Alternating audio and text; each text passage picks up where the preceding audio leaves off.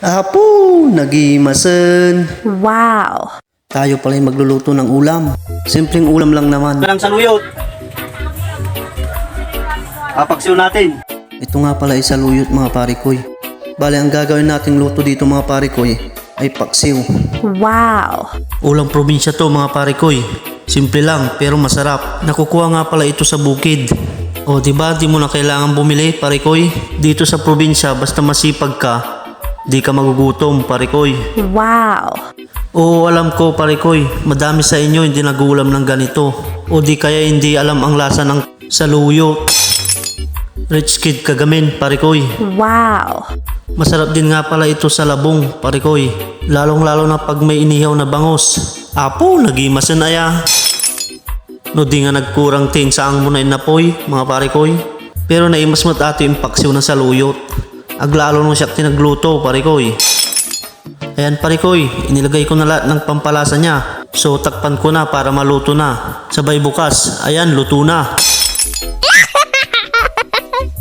At syempre huwag niyong kalimutang tikman para alam niyo kung anong kulang. Ayos na parikoy, maasim-asim.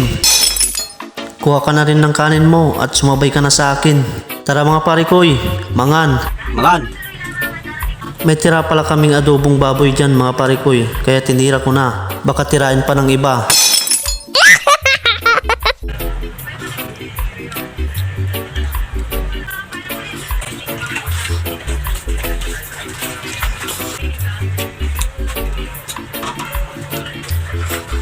Bali sumilip pa nga ang aking tatay dyan. Yung tirang ulam.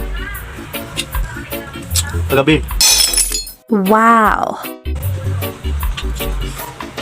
Saluyot. Wow!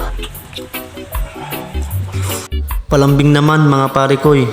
Pakipasyalan naman ang aking page at pakipollow na rin. At pakishare na rin ng aking video mga parikoy. Mag-comment ka na rin kung taga saan ka para alam ko kung saan umabot ang aking video mga parikoy.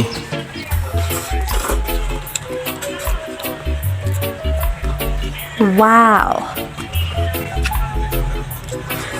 Nini parikoy, mapugsat takatay mon.